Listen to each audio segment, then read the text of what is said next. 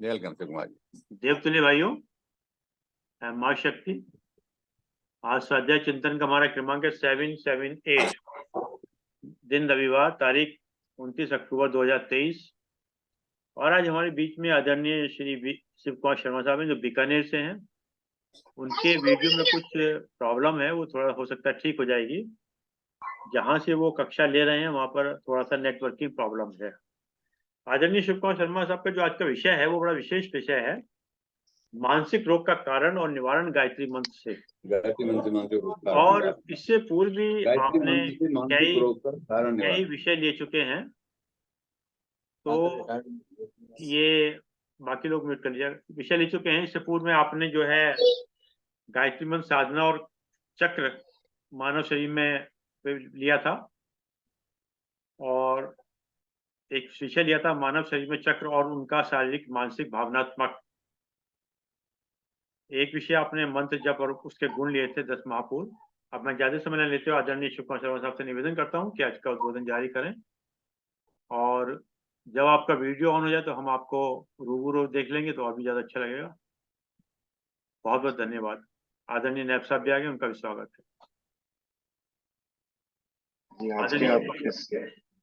जी sir. आज के इस विषय का आरंभ करने से पूर्व परम पूज्य गुरुदेव वंदे माता जी और ऋषि सत्ताओं से प्रार्थना करते हैं कि जिस उद्देश्य के लिए हम यहाँ ऑनलाइन एकत्रित हुए, हे गुरु सत्ताएं, हे ऋषि सत्ताएं, वह उद्देश्य हमारा पूर्ण हो।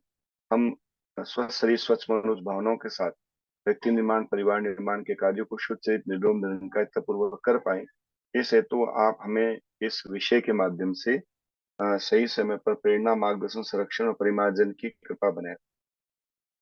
ओम भूर्भुवः स्वः तत्सवितुर्वरेण्यं भर्गो देवस्य धीमहि धियो यो नः प्रचोदयात्।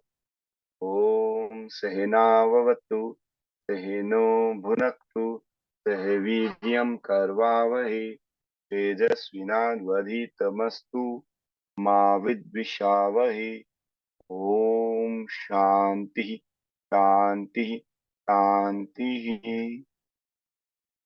यहाँ उपस्थित सभी सज्जनों को और जो इस विषय को जानने के लिए उत्सुक हैं, आप लोगों का यहाँ स्वागत है। मैं शिव कुमार शर्मा हूँ और देव संस्कृति विश्वविद्यालय शांति कुंज हरिद्वार द्वारा मैंने एमए योग का अध्ययन किया, और उसके बाद योग टीचर के रूप में मैं 8 साल से आर्मी पब्लिक स्कूल के रूप में मैंने खूब काम किया वहाँ। और फिर अभी मैं भारत स्टेट गवर्नमेंट के अंदर, राजस्थान सरकार के अंदर, जो राजस्थान में, वहाँ पे मैं पोस्टेड हूँ एज ए प्रोग्रामर की पोस्ट पे। और टेक्निकली रूप से मेरा जो इंटरेस्ट है वो कंप्यूटर बैकग्राउंड से भी है, तो मैं उसको भी रुचि कर लेता हूँ और उस पर भी काम कर रहा हूँ। आज जो मेरा विषय है वो बहुत ही महत्वपूर्ण है, क्योंकि अभी हमारे आसपास में और पूरे संसार में हम देखते हैं कि बहुत ज्यादा मात्रा में मानसिक संताप बढ़ रहा है। तो हमें जहाँ देखें, जहाँ नजर डालें, वहाँ आए दिन अखबार में, न्यूज में हम देख पा रहे हैं कि बहुत अधिक मात्रा में आत्महत्याएं तक हो रही है। और ये इतने कालखंड में, आप पूरा पिछला इतिहास देख लीजिए, उसमें बहुत सारे लोग युद्ध में मारे गए होंगे या किसी न किसी बाह्य प्राकृतिक दबाव में मारे होंगे। लेकिन अभी जो मर रहे हैं संख्या में, वो आत्महत्या के केसेस बहुत ज्यादा हो रहे हैं। और ये इतना नजदीक हो रहा है कि हमारे आसपास में एक ऐसा व्यक्ति जो एकदम आपको स्वस्थ दिखाई देता है, सही ढंग से, वो इस कदर इस कार्य को करने के लिए प्रेरित हो जाता है। तो हमें समाज में ये प्रश्न चिन्ह लग रहा है, हमारे ऊपर ये बहुत दबाव आ रहा है कि ये हम कहाँ जा रहे हैं। हम जो देख पा रहे हैं अभी, जो मानसिक तनाव की विकृति बढ़ रही है, इसका वास्तविकता में कितना बड़ा गहरा प्रभाव हमारे जीवन पर, हमारे समाज पर आ रहा है। और इस समस्या को बहुत अधिक रूप से अगर हम देखेंगे तो ये दिनों दिन बढ़ता जा रहा है। इनमें ऐसी ऐसी चीजें बढ़ रही है, ऐसी ऐसी चीजें आ रही है, जो विकृतियां आ रही है। और इन विकृतियों का कारण ढूंढे तो इसका कारण हमें भारतीय संस्कृति में बहुत अच्छे से मिलेगा। और जब हमने इस कारणों को ढूंढा या इस कारणों के बारे में जब इसका पता लगाया, तो एक नई बात उभर के आई, एक बहुत ही अच्छी और सही जानकारी उभर के आई कि जो वास्तविकता में अभी जो ये हो रहा है, यानी रोग बढ़ रहे हैं, मानसिक रोग बढ़ रहे हैं, उसका जो कारण है वो ये एक ही कारण है कि ईश्वरीय चेतना सभी को एक सही रास्ते पे लेके आना चाहिए। और ये वैसे तो मानसिक विकृति है, लेकिन ये मानसिक विकृति का अगर हल ढूंढा जाएगा तो अध्यात्म के अंदर ही उसे मिलेगा। आप देखेंगे जहां भी बड़े बड़े जो मनोवैज्ञानिक है वो जब शोध करते हैं और जब रिसर्च करते हैं, तो फिर वो अंततः भारतीय संस्कृति में बताई गई चीजों पे ही काम करते हैं। वसुदेव कुटुंबकम की भावना हो, चाहे हम परिवार में एक साथ रहकर काम करने की भावना हो, या फिर हम सब सब में ईश्वर को देखने की भावना हो, ये भावनाएं उन्हें ये लगती है कि हाँ, ये भावना ही मूल रूप से काम करती है। तो यहाँ हमारा जो गूढ़ जो विषय है, जो हमारा मूल विषय है, वो यही है कि मानसिक तनाव जो है वो इतना विकृत हो रहा है। अब ये नजर मारने इस पे नजर करना हमें बहुत जरूरी आवश्यक है कि ये मानसिक तनाव का कारण क्या है। आपको कारण बहुत सारे मिलेंगे। जैसे कि अगर हम मानसिक तनाव की बात करें तो एक डिप्रेशन है, एंजाइटी है, और ये ऐसे ऐसे शब्द है जो आजकल इतना कॉमन हो गया। एक बच्चा भी कहता है मैं बहुत ज्यादा स्ट्रेस में हूँ, उसके अंदर भी इतना स्ट्रेस आ गया। और इसका कारण ढूंढेंगे तो पता लगेगा हमारी शिक्षा जो व्यवस्था है उसके अंतर्गत इस तरह की चीजें डाल रखी है, इस तरह की चीजें हैं उसके अंदर कि हम केवल और केवल एक कंपटीशन, एक एक प्रतियोगिता के रूप में पढ़ाई कर रहे हैं। अगर हम नहीं पढ़ेंगे तो हम पीछे रह जाएंगे, अगर हम नहीं काम करेंगे तो हम भूखे मर जाएंगे। यानी हम एक भयभीत और एक भय से ग्रस्त होकर हम अपना जीवन जी रहे हैं। यदि अच्छा जीवन नहीं जिएंगे, अच्छा अगर हमने पढ़ाई नहीं की तो फिर अच्छा जीवन साथी नहीं मिलेगा, अच्छा जीवन साथी नहीं मिलेगा तो फिर अच्छी संतान नहीं आएगी, अच्छी संतान नहीं आएगी तो फिर हमारा पालन पोषण नहीं होगा, हमारा बुढ़ापा नहीं रहेगा। मतलब हम घूम घुमा के अपने जीवन की समस्त चीजों को किसी न किसी चीज की प्राप्ति के हिसाब से लेते हैं। हम आनंद से रहने की, हम प्रसन्नता से रहने वाली चीजें छूट रही है। और इसका कारण क्या है? हमारी विकृत सोच, हमारी विकृत हमारे चिंतन। तो ये जो विकृत चिंतन है, इसको गुरुदेव ने लिखा कि आने वाले दिनों में जो सबसे बड़ी समस्याएं मनुष्य को देखने को मिलेगी वह एक ही मिलेगी कि मनुष्य का जो मानसिक स्तर है वह विकृत हो जाएगा। और उसमें जो सबसे प्रमुख बात आएगी वह मानसिक विकृतियों का कारण रहेगा विचारों का उल्टा प्रभाव, विचारों को उल्टा प्रभाव। और इसके लिए उन्होंने कहा कि हमें विचारों को पलटना पड़ेगा, विचारों को विचारों से काट कर विचारों को उल्टा करना पड़ेगा। जैसे ही विचारों के उल्टा करने की बात करती है तो फिर हमारा जो अंतःकरण है वो विरोध करता है, अंतःकरण हमारे अंतर की जो चेतना है वो विरोध करती है। तो उस विरोध को ठीक करने का कारण देखिए और उसके पीछे की चीजें देखिए।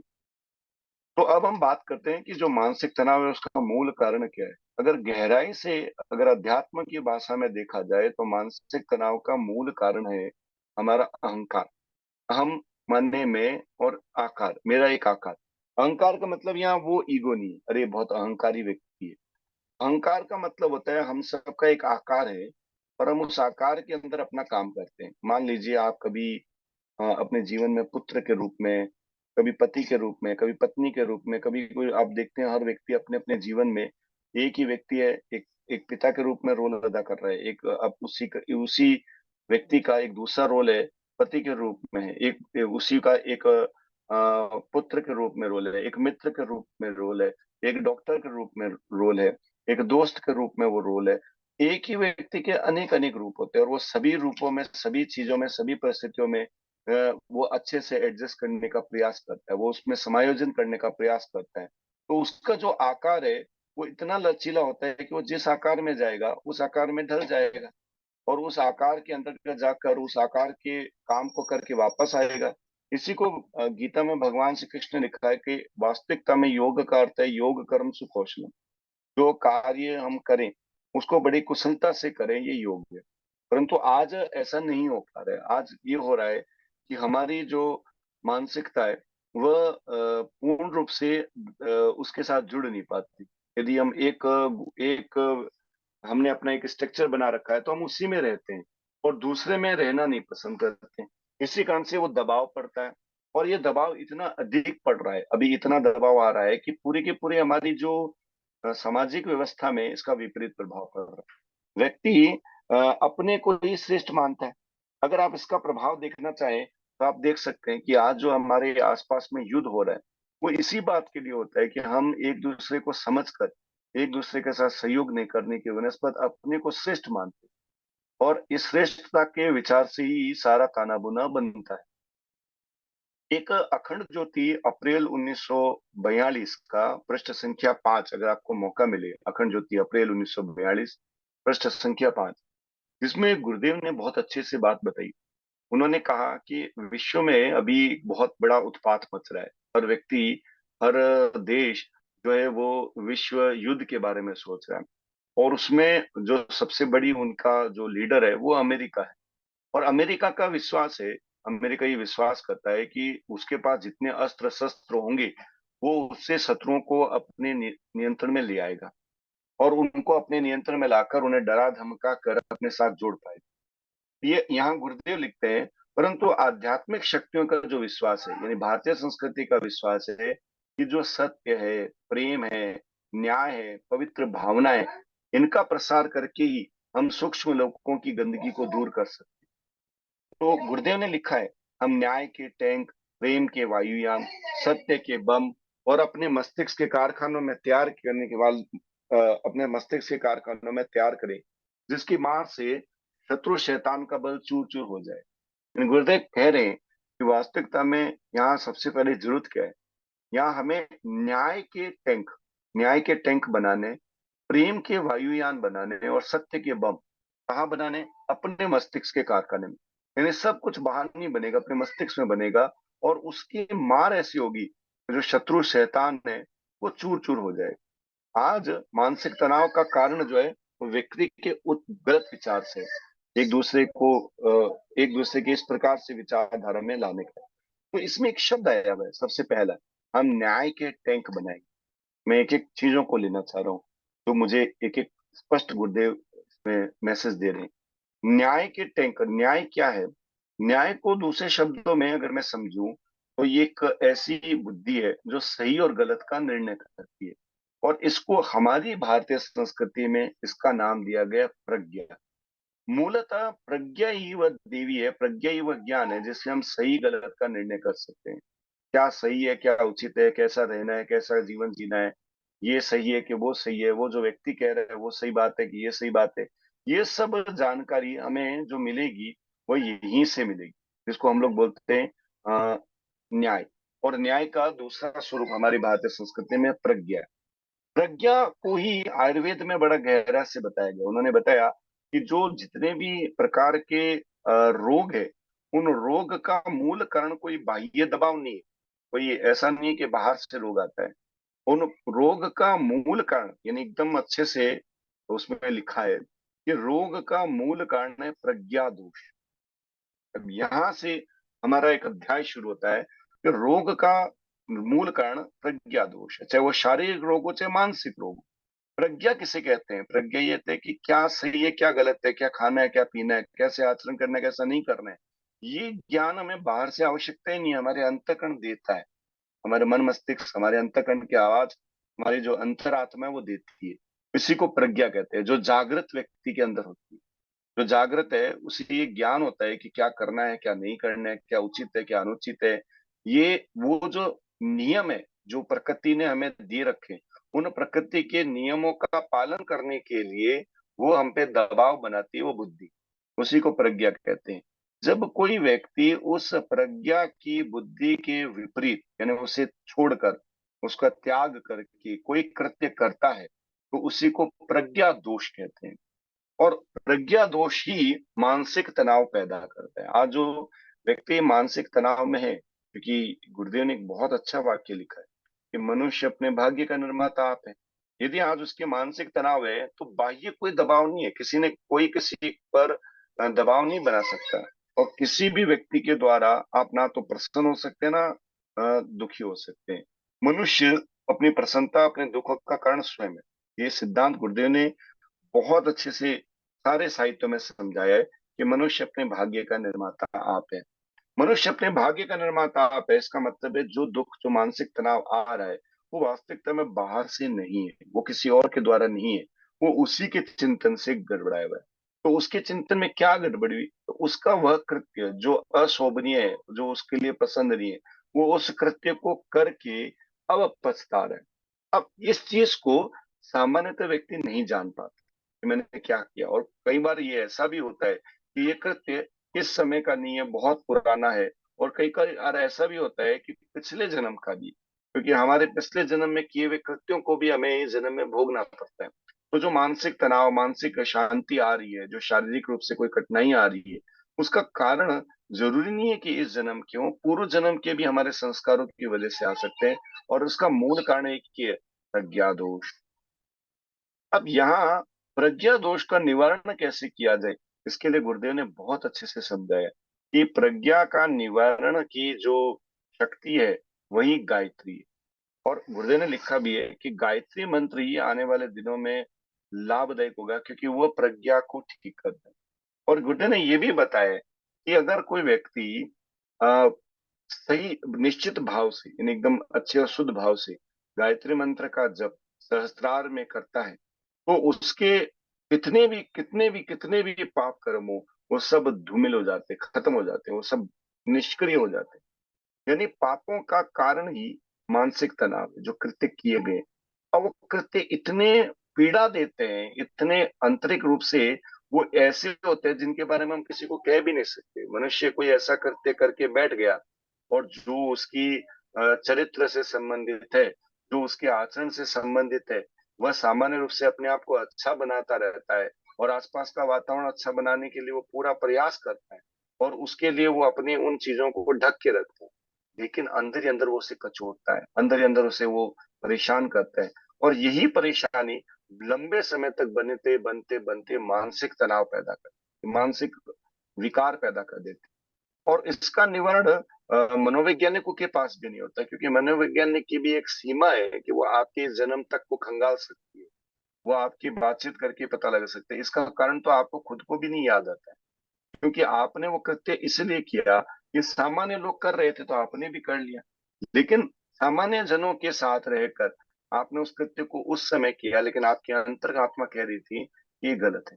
उदाहरण के तौर पर दो दोस्त आपस में मिलके हैं और चलते हैं चलो घूमने के लिए, और वो किसी ऐसे स्थान पे जाते हैं जहाँ मदिरा पान हो रही हो या वहां पे सिगरेट पी जा रही हो, और वो कहते हैं तो सब लेते हैं, युवा है आजकल, ले लो। और वो बाह्य दुनिया में जो सब लोग कर रहे हैं और वहां का फैशन है, वहां का एक प्रोटोकॉल है, क्यों ना सब अपना रहे, मैं भी अपना लूं। लेकिन उनका अंतःकरण रोक रहा है, मन कह रहा है कि नहीं करना है, लेकिन वो अपने मन को कहता है कि नहीं, आज की दुनिया तो अब एडवांस हो गई है, कहाँ पीछे चल रहे हो। वो अपने मन की उस बात को, जो अंतःकरण की उस बात को, जो प्रज्ञा की उस बात को रोकता है और उसके विपरीत आचरण कर लेता है। अब वो आचरण करने के पश्चात वो इस बात को तो भूल जाता है कि मैंने ऐसा किया, लेकिन अंदर ही अंदर उसकी जो अंतरात्मा है वो उसे कचोटती है, वो उसे बार बार याद दिलाती है। वो बार बार एक बार, दो बार, तीन बार, कई बार, और वो परते दर परत अंदर जमी रहती है। इसे ठीक करने का मार्ग मात्र गायत्री है। क्योंकि गायत्री मंत्र पाप नाशक होता है। गायत्री मंत्र आपके जीवन में किए हुए कृत्यों का नाश कर देता है, वो एकदम समूल नाश कर देता है। अब इसका विज्ञान भी हमें समझेंगे कि वो कैसे नाश करता है। लेकिन यहाँ इसके प्रयोग के रूप में बात करें तो ऐसे अनेक अनेक, आप पीछे इतिहास में देखिए, अनेक अनेक ऐसे व्यक्ति हुए हैं जिनके जीवन में बहुत घोर पाप किया, लेकिन गायत्री के को अपनाकर इतने पवित्र हो गए कि वो संत बन गए। इनमें बड़ा नाम तो विश्वामित्र जी का लिया जाता है। विश्वामित्र जी एक क्षत्रिय थे और उन्होंने गायत्री मंत्र को इसलिए नहीं लिया, या गायत्री मंत्र के इसलिए जानकारी प्राप्त करने के लिए, क्योंकि वो गायत्री मंत्र से जो सिद्धि है वो उन्हें अद्भुत लगी। और वह एक राजा थे और राजा के पास सब चीजें होनी चाहिए, तो ये चीज से वंचित क्यों रहो। यानी भोग की लालसा से ही उन्होंने गायत्री मंत्र को छुआ और गायत्री मंत्र को पकड़ा। और वो ऐसा नहीं है कि उन्होंने गायत्री मंत्र से लाभ ना लिया हो, और वो कई बार ऐसे पतित भी हुए, ऐसे नीचे भी गिरे, लेकिन फिर भी उन्होंने गायत्री मंत्र का साथ न छोड़ा, और वही गायत्री मंत्र ने उन्हें उच्च स्थिति पे पहुंचा दिया कि वह ब्रह्म ऋषि की उपाधि ना। उस समय के कालखंड में आप देखेंगे तो विश्वामित्र और उस समय के जो ऋषि विशिष्ट है, उनके बीच में बहुत ज्यादा मतभेद था कालखंड में देखेंगे। लेकिन आप देखेंगे कि अंततः वशिष्ठ ने ये माना कि विश्वामित्र ब्रह्म ऋषि है, उन्हें ब्रह्म ज्ञान प्राप्त हो गया।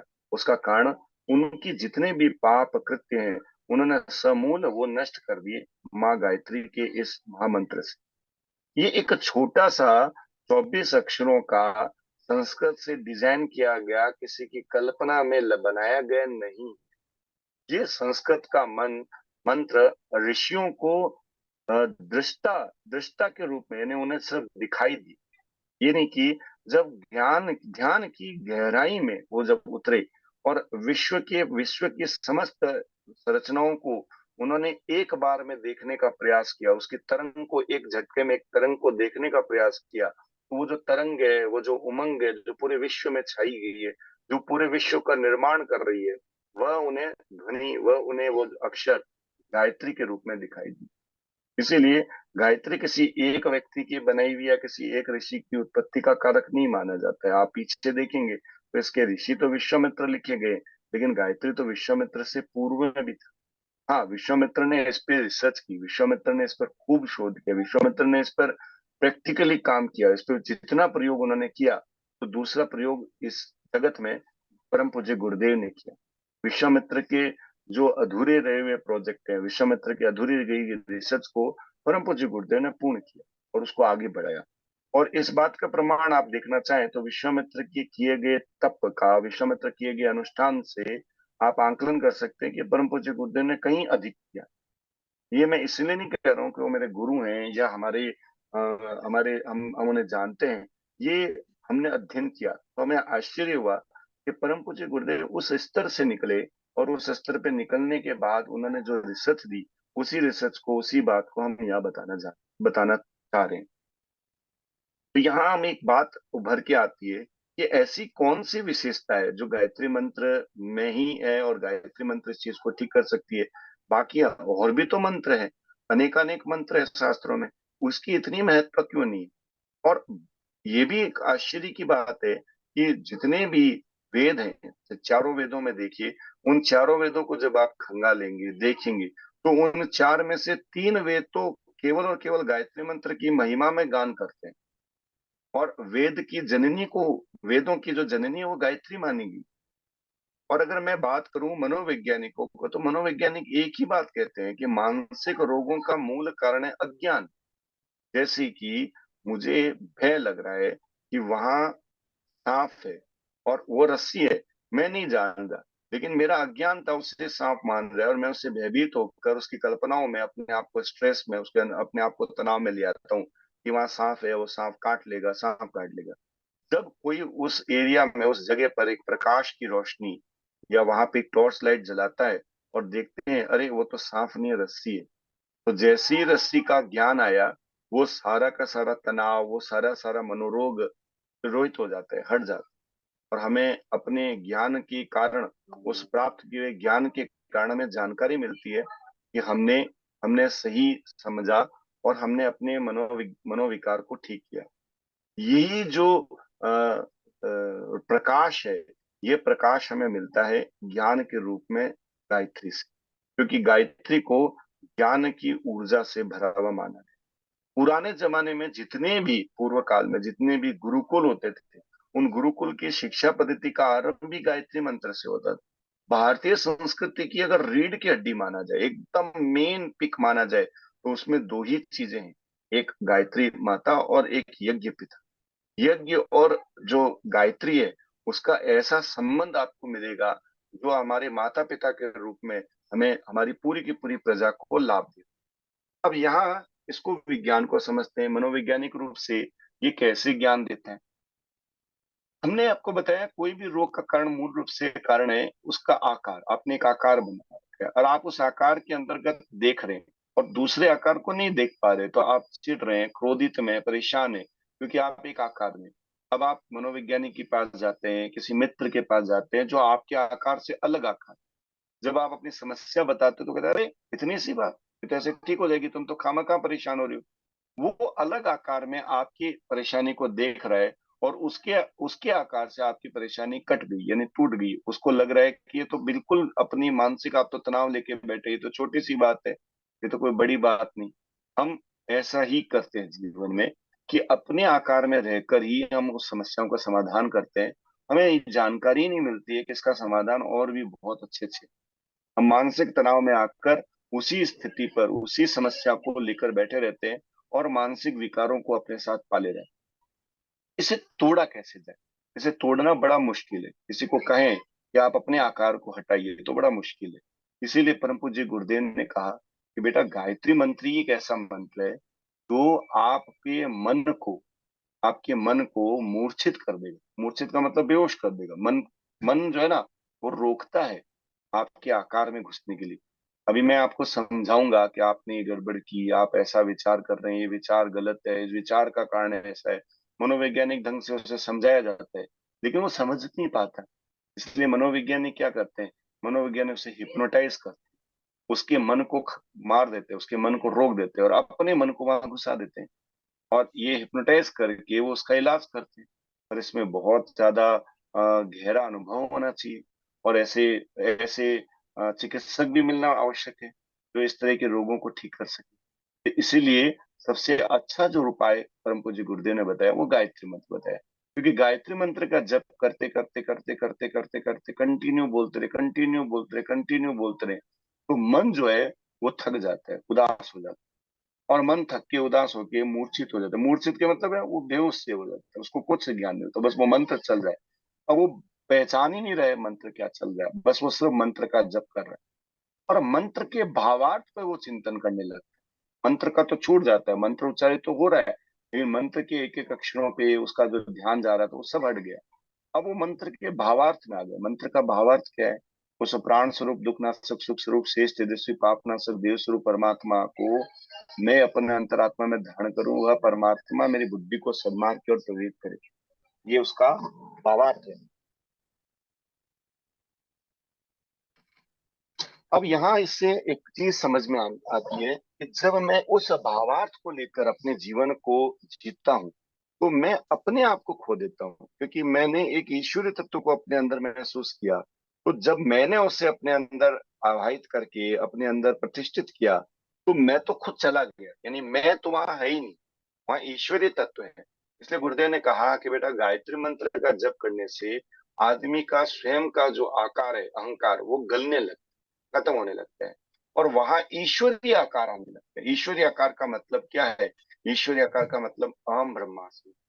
ये पूरी दुनिया है, उसमें मैं ही ईश्वर का एक अंश हूँ, और पूरी दुनिया में, पूरे विश्व जगत में जितने भी जीव जंतु है और जितने भी पदार्थ है, उन सब में ही ईश्वर है। वो इस दृष्टि से देखना शुरू कर देता है। जैसे ही इस दृष्टि से एक नजर आती है, एक अलग एंगल से वो सोचना शुरू करता है, उसके सारे तनाव दूर हो जाते हैं। क्योंकि तनाव किसी न किसी अभाव के कारण होता है, जो उसके पास नहीं, वो तनाव उसका दूर हो जाता है। या तनाव किसी न किसी अज्ञानता की वजह से होता है, वह ज्ञान उसे मिल जाता है कि सब और प्रकाश ही है, और सब और शुभ ही है, सब और शुभ और उन्नति है। ईश्वर सबके अंदर है और सबको आगे बढ़ा रहा है। जो मेरा शत्रु है, उसमें भी ईश्वरीय अंश है जो मुझे सिखाने के लिए आए। जो मेरा गुरु है, जो मेरे टीचर है, जो मेरे माता पिता है, जो मेरे बंधु बांधव है, उस सब में ही ईश्वरीय अंश है। और ईश्वर चारों ओर से मुझे घेरा हुआ है, और मैं ही ईश्वर का एक दर्शन कर रहा हूँ। जो देख रहा था वो मूड था। मूड का मतलब है वो अपनी कल्पनाओं में था, वास्तविकता में मुझे अब ये दिखाई देने लगा। जिस दिन इस जब ये ज्ञान आने लगता है, इसी को प्रज्ञा कहते हैं, इसी को होश में आना कहते हैं, इसी को जागृति कहते हैं, इसी को अध्यात्म की प्रगति कहते हैं, और इसी को कुंडलिनी शक्ति कहते हैं। गायत्री मंत्र से का कुंडलिनी शक्ति का गहरा संबंध। जब मैं बात करूं मानसिक तनाव की, तो मानसिक तनाव का मूल कारण है मूलाधार चक्र और स्वादिष्ठान चक्र। मूलाधार चक्र में पृथ्वी तत्व है। पृथ्वी तत्व हमारी बुद्धि का प्रतीक है, हमारी ज्ञान का प्रतीक है। पृथ्वी से हमें बुद्धि, ज्ञान, क्षमशीलता, ग्रहणशीलता, ये गुण मिलते हैं। जब व्यक्ति के अंदर ये तत्व कमजोर हो जाता है, ये पृथ्वी तत्व कमजोर होता है, तो वह मानसिक रूप से विकार पैदा होने लगता है और उसका समझ गड़बड़ाने लगती है। अब आप देखिए बच्चों के अंदर क्या होता है, बच्चों में मूलाधार चक्र बहुत सक्रिय होता है। मूलाधार चक्र से वो भाषा की उनमें पकड़ होती है, समझ उनमें बहुत होती है, वो आसपास की चीजों को बहुत जल्दी कैच करते हैं। जैसे जैसे व्यक्ति का विकास, जैसे जैसे शारीरिक विकास होता है और धीरे धीरे वो ओड से वृद्ध अवस्था में पहुंचता है। और वृद्ध अवस्था में क्या होता है, मूलाधार चक्र छोटा हो जाता है। मूलाधार चक्र जैसे ही छोटा होता है, मूलाधार में प्राण ऊर्जा जानी बहनी बंद हो जाती है। मूलाधार में जब प्राण ऊर्जा बहनी बंद हो जाती है तो उसकी जो समझ है वो का विपरीत प्रभाव पड़ता है। वो जल्दी से सामाजिक संरचनाओं को समझ नहीं पाता। वो उस समय के होने वाले जो प्रभाव है उनको अच्छे से अपने एडॉप्ट नहीं कर पाता। वो सामंजस्य नहीं कर पाता है और वो आसपास की चीजों का विरोध करता है, ये खराब है, ये खराब है, ये सही है, ये गलत है, ये गलत है, ये गलत है। जबकि हम ये सब जानते हैं कि प्रकृति परिवर्तनशील है। जो आज ऐसा है वो कल बदलेगा, जो कल है वो परसों बदलेगा। ये कंटिन्यू बदलने की प्रक्रिया में चलना ही जीवन है। हम इस बात को ये समझते हैं कि जो हमने जिया वही श्रेष्ठ है और आगे जाके जो काम होगा वो विकृति होगा, अब और खराबी होगा, अब और अशुद्धि होगा, अब और नरसंहार ही होगा, अब और नीचे ही जाएगा। ये बात हमें जब सोचना शुरू कर देते हैं तो फिर हमारी नवीन जो रचना है उससे हमारा ज्ञान अवरुद्ध हो जाता है। जो हम देख पा रहे हैं, जो हमारा समझ है, वो हमारा ज्ञान हमारी समझ को विकृत विकृत बना दे। आप अगर पढ़ना चाहें तो गुरुदेव के साहित्य में स्पष्ट रूप से लिखा है। गुरुदेव ने लिखा है कि आने वाला युग जो है वो सतयुग होगा, आने वाला युग और शानदार होगा, आने वाली समस्याओं का निराकरण होगा। ये आज जो मानसिक तनाव है वो वरदान के रूप में आएगा, क्योंकि मनुष्य इतना कभी मानसिक तनाव में नहीं आया। वो अब जो मानसिक तनाव से विकृतियां जो दिखाई दे रही है उसका जब वो हल ढूंढेगा तो उसे अध्यात्म में ही आना पड़ेगा, क्योंकि औषधियां नहीं काम करती वहां। आध्यात्मिक है क्योंकि वो मानसिक तनाव मन स्थिति से बना हुआ है और मन की स्थिति की दवाई बाजार में नहीं है। रोगों की बधाई दवाई नहीं है। वो नशा दे सकते हैं, वो नींद दे सकते हैं, वो उसको और विकृत कर सकते हैं, लेकिन उसे पॉजिटिव लाना, उसे उत्साह से भर देना, उमंग से भर देना, प्रसन्नता से भर देना का कार्य उन दवाइयों में नहीं है। और है भी तो वो थोड़ी दिन के लिए, फिर उसका असर खत्म होने लगता है और उसकी मानसिक तनाव और ज्यादा बढ़ने लगता है। मूलाधार चक्र, स्वादिष्टान चक्र, ये दो ऐसे हैं जो उत्साह का, उमंग का प्रतीक है। जो नवविवाहित को आप देखते हैं तो उनके अंदर जो उत्साह होता है, एक आपस में एक दूसरे को जानने का, एक प्रसन्नता का, एक प्रेम का व्यवहार होता है, वो मूलाधार और स्वादिष्टान चक्र की वजह से ही होता है। और मूलाधार स्वादिष्टान चक्र, अगर मैं बात करूं तो इन चक्रों के बीच में कुछ पंखुड़ियां होती है। जैसे मूलाधार में 4 पंखुड़ियां है, स्वादिष्टान चक्र में 6 पंखुड़ियां है। इन पंखुड़ियों के कुछ अक्षर लिखे होते हैं। मूलाधार अक्षर, मूलाधार चक्र पे आप देखेंगे तो उसका एकदम जो बीच वाला स्थान है वहां लंग बीज अक्षर है। और फिर वहां व, श, स और श, यानी तीनों तरह के श, तालव्य स, मूर्धन्य स, दांतव्य श और व, ये 4 अक्षर है। ये व स स ये क्या है? ये मंत्रों के अक्षर है। जब आप इनका उच्चारण करते हैं तो आपका मूलाधार चक्र ऊर्जावान होने लगता है, क्योंकि मूलाधार चक्र और स्वादिष्ठान चक्र और आज्ञा चक्र, हृदय चक्र, ये सारे के सारे जितने के जितने हैं, ये सारे के सारे आपके जीवन में जुड़े हुए हैं। इससे एक बांसुरी की तरह, जैसे बांसुरी के अलग अलग छेद होते हैं और आप जब अंगुली रखते हैं और उसमें स्वर डालते हैं तो वैसा के वैसा स्वर निकलता है। ठीक इसी प्रकार से हमारे सारे शरीर के जो चक्र है वो इस तरह से बने हुए हैं कि जब हम किसी एक चक्र पे अपनी प्राण ऊर्जा को केंद्रित करते हैं तो हमारा व्यवहार ही बदल जाता है, हमारी सोच बदल जाती है, हमारा विचार बदल जाता है। और अगर मैं इन सभी चक्रों का, यानी सभी चक्रों के अंदर जो अक्षर है उन अक्षरों की बनावट का रिसर्च करूं, अध्ययन करूं, तो मुझे ये पता लगेगा कि गायत्री मंत्र के जो सारे अक्षर हैं वो इस सभी अक्षरों को, यानी सभी चक्रों को भेद देता है, उन्हें शुद्ध कर देता है। इसीलिए गायत्री को कुंडलिनी शक्ति लिखा है। गायत्री की चालीसा में इसे कुंडलिनी माता के रूप में कहा है। गायत्री की एक दूसरी शक्ति सावित्री कहा है। गायत्री और सावित्री, सावित्री कुंडलिनी शक्ति का ही प्रतीकात्मक रूप है। यानी जो कुंडलिनी शक्ति हमारे अंदर विराजित है उसकी वजह से ही सारी चीजें गड़बड़ा होती है। अब आइए अध्ययन करते हैं। अगर मैं मानसिक रोगों का कारण बता रहा हूँ, मूलाधार चक्र है और स्वादिष्ठान चक्र, ये 2 चक्र हैं, तो फिर मणिपुर चक्र क्या काम करता है?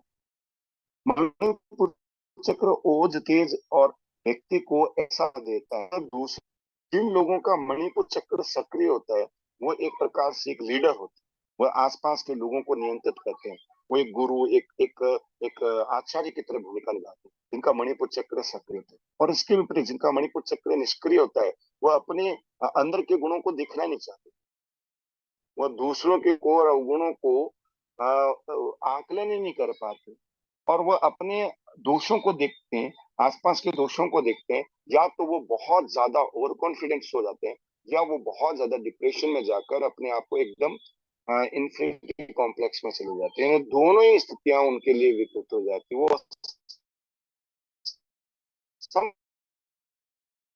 संभावना नहीं आती, ऊर्जा भी है, तत्व है। इसी प्रकार से मैं और ऊपर जाऊं तो हृदय चक्र है। हृदय चक्र आपका जो स्थान दिया गया है शास्त्रों में वह अनाहत चक्र से नीचे और मणिपुर चक्र के बीच में, इन दोनों के बीच में जहां हमारा एक गहरा खड्डा बनता है ये हृदय चक्र है। हृदय चक्र भावनाओं का केंद्र। आप देखेंगे बड़े बड़े मानसिक विकारों के कारण क्या है, भावनाओं की चोट। अगर मैं मुझे एकदम अच्छे से याद है, मैं आपके साथ शेयर कर दूंगा अगर अरविंद जी कहेंगे तो। मुझे रामायण का एक छोटा सा सीरियल याद है, मैं आप सबके साथ वो शेयर करूंगा। आपको भी मौका मिले तो आप सर्च करना। जब भगवान राम लेटे हुए हैं और लक्ष्मण उनके पैर दबाते दबाते कुछ विचार कर रहे हैं, तो राम ने पूछा लक्ष्मण तुम क्या विचार कर रहे हो? तो बोला मुझे ये जानकर पता लगा कि हमारे यहाँ सुमत जी वो ऋषि है जो बहुत अच्छे ज्योतिषी हैं, वो कह रहे हैं कि आप बहुत अ, उच्च स्थिति पे सीता है, भाभी सीता है, वह भी एक अवतारी सत्य है। तो राम कहे ये तो तुम्हें उन्होंने इतना ही बताया, तूने ये नहीं बताया कि जीव हर जीव में अवतार, तुम्हारे अंदर भी ईश्वरी शक्ति है, मेरे अंदर क्या पूरे जीव में हर व्यक्ति में ईश्वरी शक्ति है, और सभी अवतारी सत्य सभी उस जीव का अवतार है। तो उन्होंने मुझे आश्चर्य इस बात का है कि जब आप अवतारी सत्ता है आपको सब पता है तो फिर आप इतना दुख क्यों भोग रहे हो? आप पिता हमारे पिता इतने दुख भोगे हैं, आप जंगल में वहां इतने दूर तक आए हैं, हम जंगल जंगल घूम रहे हैं, तो फिर इतना दुख भोगने की आवश्यकता है जब आपको पता था। तब उन्होंने जो बात कही उन्होंने बहुत अच्छे से समझाया, और मुझे लग रहा है आज के इस युग में हमारी मानसिक तनाव का कारण पता लग जाता है कि अब बड़ी योग का जानकारी होना बड़ी बात है। ये तो कोई व्यक्ति अगर योग साधना करेगा तो उसे अपने आप ही स्वतः ये ज्ञान आने लगेगा। बड़ी बात यह है कि वह व्यक्ति ये जानता है कि क्या गड़बड़ होने वाला है, क्या अनुचित होने वाला है, फिर भी वह अपने कर्तव्य को बिना ठेस लगे हुए कर रहा हो, अपनी भावनाओं की ठेस नहीं लग रही, दुखी होके नहीं कर रहा है, वो अपना कर्तव्य पूर्ण होते कि अपना कर्तव्य कर पा रहा है तो श्रेष्ठ है। आज हो क्या रहा है, हम बहुत अध्यात्म की गहराई पढ़ते हैं, तो तैयार कर लेते हैं हम समाज को आज बदल देंगे, हम समाज की विकृतियों को बदलने के लिए निकलते हैं। जैसे ही निकलते हैं हमारा विरोध शुरू हो जाता है, हमारी कमियां निकालने की बात शुरू हो जाती है, और हमें बहुत गहराई से ठेस लगती है, हम तो दुनिया को सुधारने गए, ये तो दुनिया वाले हमारी बात ही नहीं सुनते, ये हमारी बात को ही नहीं सुनते, हमें क्या लगा बाकी चलिए छोड़ो इन लोगों की भी, इन लोगों से ये लोग सुधर सकते। यहाँ क्या हुआ, भावनाओं की ठेस लगने के बाद भी आदमी मानसिक विकृत ना होके एक सा बना रहे, ये सबसे बड़ी सिद्धि, ये सबसे बड़ी ऊर्जा है। और इसको प्राप्त करने के लिए आपको भावनाओं का जो केंद्र है वह है हृदय चक्र। हृदय चक्र को मैं इसलिए महत्वपूर्ण मानता हूँ, हृदय चक्र को इसलिए मैं आपकी बात बता रहा हूँ कि यही भावनाओं का केंद्र। कौन सा स्थान है जहाँ हमारी पसलियों का एक, और आपका एक नाभि से ऊपर जहाँ पेट और छाती के बीच में जो पसलियां हैं उसकी जगह एक गहरा खड्डा है जहाँ डायफ्रामा है, ये हृदय चक्र। इसके बारे में अगर आपको जानकारी चाहिए तो आप उपनिषद पढ़िए, उपनिषद में हृदय चक्र बताया गया है। यही वो द्वार है जहाँ से हम अपने अंतःकरण को साफ कर सकते हैं, अंतःकरण की जितनी भी गहराई है वो यहीं से आती है। और अगर आप चक्रों निर्माण की प्रक्रिया पड़े, चक्रों का निर्माण, चक्रों का बना कैसे, हृदय चक्र का निर्माण होता है। फिर धीरे धीरे धीरे विश्वदाक्य चक्र, अनाहत चक्र और नीचे मणिपुर और अंतिम में मूलाधार चक्र बनता है। मूलाधार से ऊर्जा उठती है, रिवर्स में मूलाधार से ऊर्जा उठती है, इसलिए मूलाधार को नीचे का चक्र मानते हैं। और बनने की प्रक्रिया तो हृदय से शुरू होता है और हृदय में खत्म होता है। हृदय चक्र का जो सेंटर पॉइंट है वहां ओम बीज अक्षर है। ओम मेन बीज अक्षर है। ओम का अर्थ है प्रज्ञा। ओम का अर्थ है पंच तत्वों के प्रतिनिधित्व। और वे पंच तत्व जो हमारी सृष्टि में बने हैं, उनका जो बनने का कारण है, उसका जो बीज है वह ओम ही है। और ओम से सारी सृष्टि का निर्माण हुआ। मानसिक तनाव का अगर कारण पंच तत्वों की किसी भी कमी है, तो वो भी ओम से ठीक होगी। भावनात्मक कमी है, वो भी ओम से ठीक होगी। तो यहाँ ओम बहुत महत्वपूर्ण है। और ओम के अंदर ही तीन ग्रंथियां निकलती है इसी ओम से। इन तीन ग्रंथियों का नाम है रुद्र ग्रंथि, विष्णु ब्रह्म ग्रंथि। ये ब्रह्म निर्माण करती है। जैसे कि हृदय चक्र के अंदर ही, जहां मैंने आपको हृदय चक्र बताया, यही जो ग्रंथि है वह विष्णु ग्रंथि, भगवान विष्णु का ग्रंथि है। और इसका बीज अक्षर श्रृंग है, श्री बीज अक्षर है। श्री बीज अक्षर से हृदय चक्र को जागृत करके आप भक्ति भावनाओं को बढ़ा सकते हैं। जब व्यक्ति के अंदर भक्ति भाव होते हैं तो मानसिक तनाव स्वतः ही दूर हो जाते हैं। तनाव इसीलिए है कि हम ईश्वरीय योजना को, ईश्वरीय आदेश को, ईश्वरीय सिस्टम को समझ नहीं पा रहे। हम अपनी चलाना चाह रहे हैं, जबकि हम ईश्वर जो चाहता है उसको हम नहीं मानते। ईश्वर जो करना चाहता है हम उसे नहीं देख रहे हैं। हम ईश्वर के बनाए हुए सिस्टम्स का विरोध कर रहे हैं, तो मानसिक तनाव आएगा। एक भक्त की बात करते हैं तो कभी भी मानसिक तनाव नहीं आता। उसे चोट लगी तो भी वो खुश है। एक बार की बात है, एक नाविक अपने साथ कुछ यात्रियों को ले जा रहा था। बीच में बहुत ज्यादा तेज तूफान आया।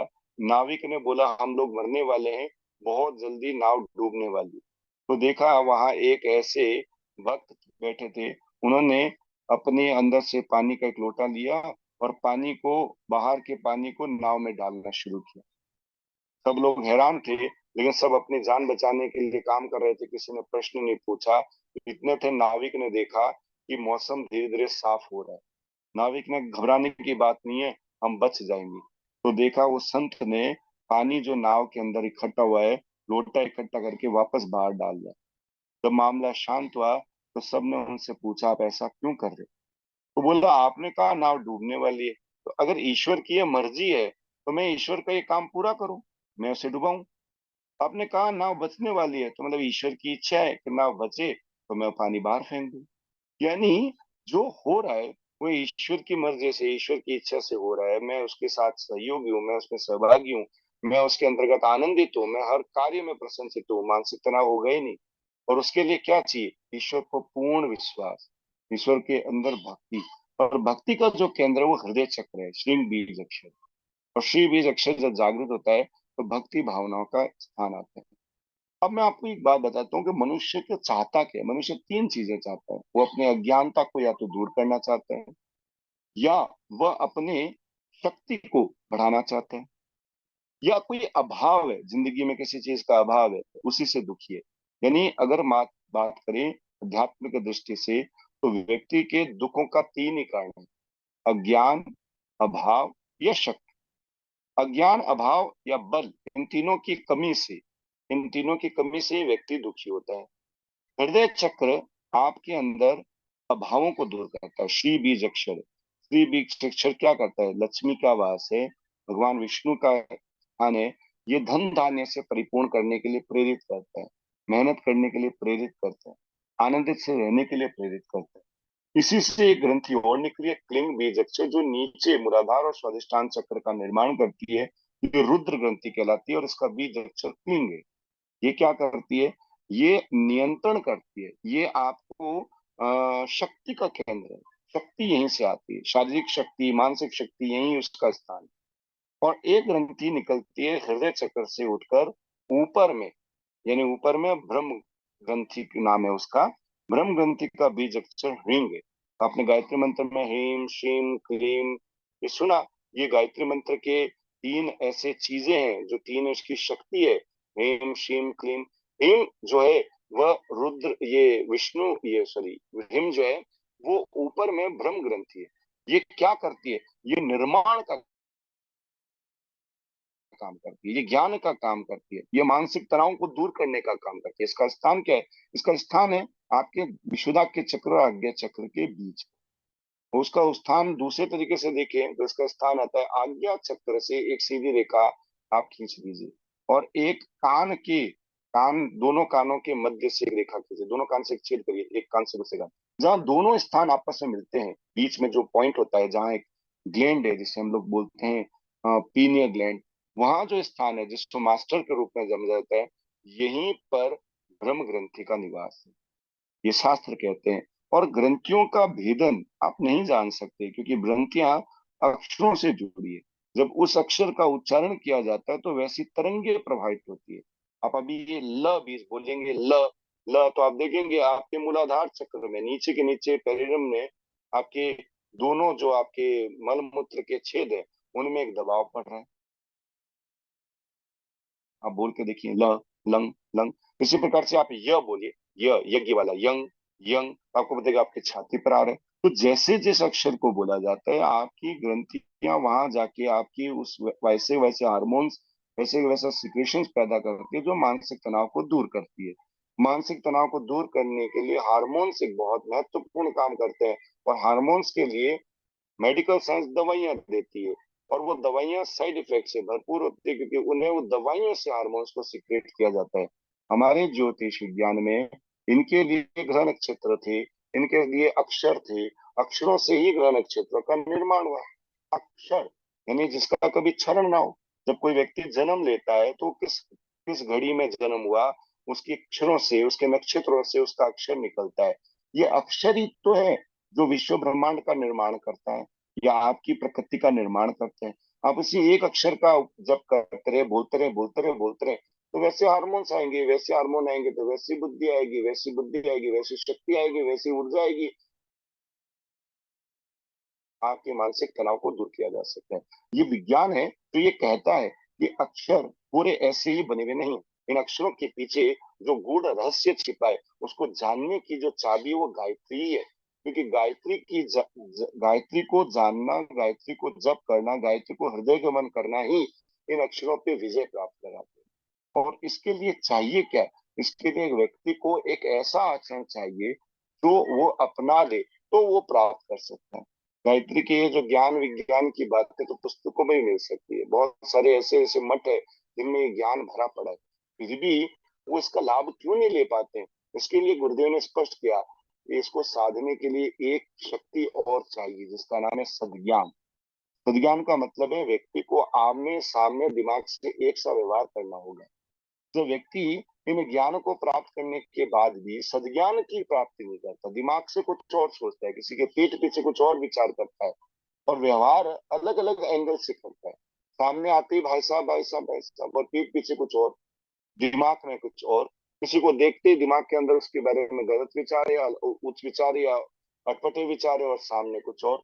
जब ये आदत रहेगी, जब ये अंतःकरण में हमारे अंदर ये चीज रहेगी, तो आप ये मानिएगा आपकी शक्ति कमजोर होगी, आप गायत्री की शक्ति को पकड़ नहीं पाएंगे। और सद्ज्ञान में स्थित हुए रहेंगे आमने सामने एक साथ, तो दुनिया की कोई भी ताकत आ जाएगी, आप हिल नहीं पाओगे। आप सद्ज्ञान में स्थित होंगे। गायत्री महाविज्ञान पुस्तक में गुरुदेव ने लिखा है कि गायत्री का अर्थ एक ही है, सद्ज्ञान की सिद्धि। और सद्ज्ञान की सिद्धि के लिए गायत्री है, गायत्री के द्वारा सद्ज्ञान का है। यह सद्ज्ञान तो हमें पढ़ा लेकिन हमें समझ में नहीं आया कि सद्ज्ञान क्या है। यह स्पष्ट रूप से समझ में आता है सद्ज्ञान का अर्थ है अपने जीवन में, अपने व्यवहार में ऐसा प्रयोग करना कि हम आमने सामने और दिमाग में एक सा व्यवहार कर पा रहे हैं। हम चिंतन से तो अलग व्यवहार, और विचार और व्यवहार में अलग कुछ कर रहे हैं, चिंतन से कुछ अलग कर रहे हैं। तो जिसकी करनी और कथनी में अंतर होगा, वो गायत्री की शक्ति को प्राप्त नहीं कर पाएगा। ये गुरुदेव ने समझाया है, बताया है, और उसके बारे में अनेक अनेक जगह बताया। और यही कारण मानसिक तनाव पैदा करता है, क्योंकि जब आप अलग अलग विचारों से रहते हैं आमने सामने, तो आपको हर विचार को याद करना पड़ता है, और आपकी मानसिक शक्ति क्षीण हो जाती है। सद्विज्ञान में स्थित रहेंगे, मानसिक तनाव हो गए, क्योंकि जो है वो स्वीकार है, आमने सामने एक सा व्यवहार। तो आपको भय नहीं रहता। मानसिक तनाव का मूल कारण भय है। आपके अंदर भय ही नहीं, क्योंकि आपने एक सा व्यवहार रखा है, एक सी चीज रखी है, एक सा स्वभाव रखा है। पर सब जगह जब एक सा रहेगा, तभी से उसे ऊर्जा प्राप्त होगी, शक्ति प्राप्त होगी, सामर्थ्य प्राप्त होगी, और उसी से आनंद की प्राप्ति होगी। ये मैंने आज बताने का प्रयास किया कि किस प्रकार से गायत्री महामंत्र से जप किया जा सकता है। हम ऑनलाइन इस पे भी काम कर रहे हैं, और लगभग लगभग 500-600 के आसपास के लोग हैं जो गायत्री महामंत्र को विनियोग से कर रहे हैं। विनियोग से करने से उसका जो प्रभाव है वो कई गुना बढ़ गया। और विनियोग में हम गुणों के लिए जप कर रहे हैं। ईश्वर गुण दे, ईश्वर हमें सद्ज्ञान दे, ईश्वर हमें प्रज्ञा दे, ईश्वर हमें समशीलता दे, ईश्वर हमें सादगी दे, ईश्वर हमें नियंत्रण के लिए गुण दे, ईश्वर हमें व्यवस्था का गुण दे। ये ऐसे ऐसे गुणों के लिए हम जप कर रहे हैं कि इस गुणों को ही ईश्वर का वास कहा गया है। जैसे कि भगवान कृष्ण ने कहा है, मैं वहीं वास करता हूँ जहाँ मेरे भक्त मेरे गुणों का गान करते हैं। तो गायत्री मंत्र का मतलब गान करना।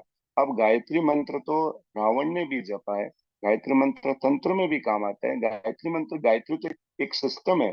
जो जाएगा उसे वो जो भी मांगेगा वो लाभ देगा। दुष्ट जाएगा तो दुष्ट को भी मिलेगा, राक्षस जाएगा तो राक्षस को भी गायत्री मंत्र लाभ देगा। लेकिन इस युग में गायत्री मंत्र को अगर फैलाना है तो गुणों के साथ जोड़ के फैलाया जाए, उसका कभी दुष्परिणाम नहीं आएगा। वो ईश्वर के सानिध्य में रहेगा, और उससे उसकी रक्षा हो पाएगी। हम विश्व तक गायत्री मंत्र तक पहुंचा सकते हैं।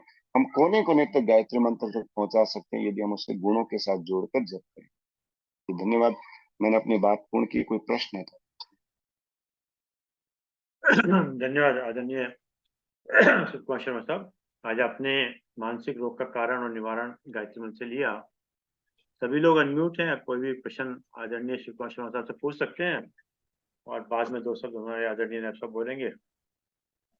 पहला प्रश्न तो मैं ही पूछ लेता हूँ शिव कुमार साहब, जो ये मानसिक रोग का जो कारण है, जब वो इस स्थिति में ही नहीं है व्यक्ति कि वो उस चीज को सोच पाए, तो उसका ध्यान फिर कैसे गायत्री मंत्र पे जाएगा, मतलब किस तरीके से जाएगा, मतलब उधर अच्छा, उसको बोलना अच्छा कैसे संभव हो पाएगा? अच्छा प्रश्न किया कि जो व्यक्ति खुद गायत्री मंत्र, जो मानसिक तनाव में है, वो गायत्री मंत्र को कैसे समझे, कैसे उच्चारित करे, कैसे उसका भान करे।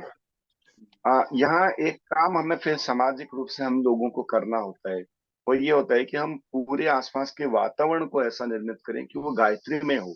इसीलिए मैंने कहा गायत्री मंत्र को जप करने वाला व्यक्ति जब यज्ञ करता है तो उसका वातावरण, आसपास का वातावरण ऐसे बन जाता है। तो मानसिक तनाव वाले व्यक्ति को आप यज्ञ स्थल पे ले आए, वहां उनके पास बैठे, और वहां जब उन्हें प्रेम और सहानुभूति से आप उन्हें बात कहेंगे तो वो अवश्य समझता है।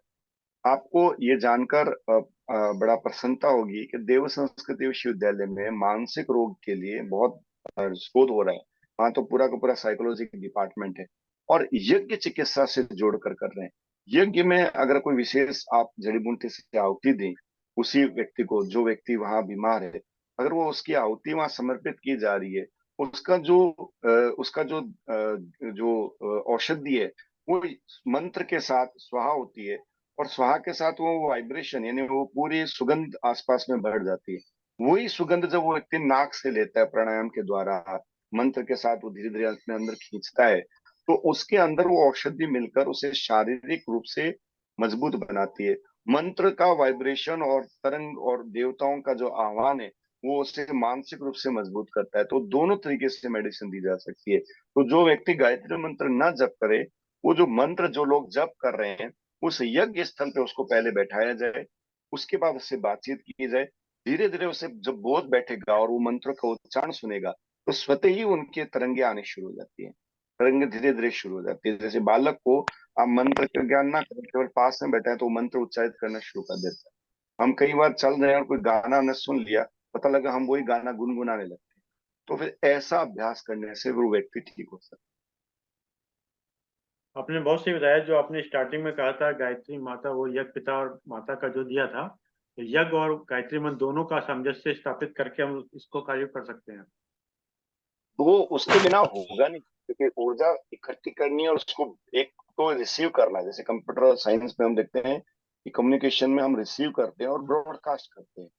तो एनर्जी को, अच्छी एनर्जी को, देव एनर्जी को रिसीव करें और अपने तक ना रखते हुए उसे जब हम स्वाहा के साथ, यज्ञ भगवान के साथ उसको ब्रॉडकास्ट करें आसपास के वातावरण में, तो वातावरण अद्भुत ढंग से फैलता है। और वह जो विज्ञान है वो पूरा एक साइंस है। उससे आसपास के वातावरण में ऐसी चीजें, सूक्ष्म ऊर्जा पैदा होती है जो मानसिक तनाव को दूर करती है। इसीलिए आपने देखा होगा कि जब मानसिक तनाव होता है, घर में कोई प्रॉब्लम होती है, तो पूर्व में हम लोग पंडित को बुलाते हैं, वो बोलते हैं घर में शांति है, शांति का यज्ञ करना पड़ेगा। तो वो तो एक प्रक्रिया बता देते हैं, लेकिन उसका विज्ञान हमें आज तक नहीं समझ आया कि वो कैसे शांति पैदा करती है, कैसे हम आसपास की जो दुख परेशानियों के लिए यज्ञ के माध्यम से हम उसे ठीक कर सकते हैं। पूरा यज्ञ काम नहीं करेगा, उसके लिए पहले जप करना पड़ेगा। पहले गायत्री मंत्र का जप किए हुए साधक, वो जो स्वयं जो गायत्री मंत्र को जिन्होंने अपने जीवन में लिया, वो जब खुद वहां बैठकर यज्ञ करेंगे तो उसकी परिणति होगी। आपने किसी और को, व्यक्ति को वहां बैठा दिया जिसने जप नहीं किया और आप स्वाहा करवा रहे हैं, उसे बुलवा रहे हैं, वो इतना कारगर नहीं है। इसीलिए गुरुदेव ने लिखा है कि गायत्री मंत्र की जिसने जप किया उसी को ही गायत्री यज्ञ का अधिकार है। केवल गायत्री यज्ञ करने से नहीं है, मंत्र के जप की पूर्णाहुति यज्ञ के रूप में होती है। एनर्जी को रिसीव करके ब्रॉडकास्ट किया जाता है, इसका वरना वो इस, केवल एक प्रक्रिया है। इसका तात्पर्य और अनुभव का मैं बताता हूँ। जैसे इंडिविजुअल करता है तो इसका मेरा कहने का तरीका ये है कि वो एक एक फूल, जैसे सुगंधित फूल है, वो फूल खिल जाता है तो उसकी सुगंधी जो फैलती है, ये साइंटिफिक इसका इसका रीजनिंग ये है। वो व्यक्ति अपने आप इमिनेट करता है, छोड़ता है, वो सुगंधी छोड़ता है, वो वाइब्रेशन छोड़ता है। तो इसका साइंटिफिक रीजन, व्यवहारिक व्यवहारिक रूप में इसको ऐसे मैं व्याख्या देता हूँ।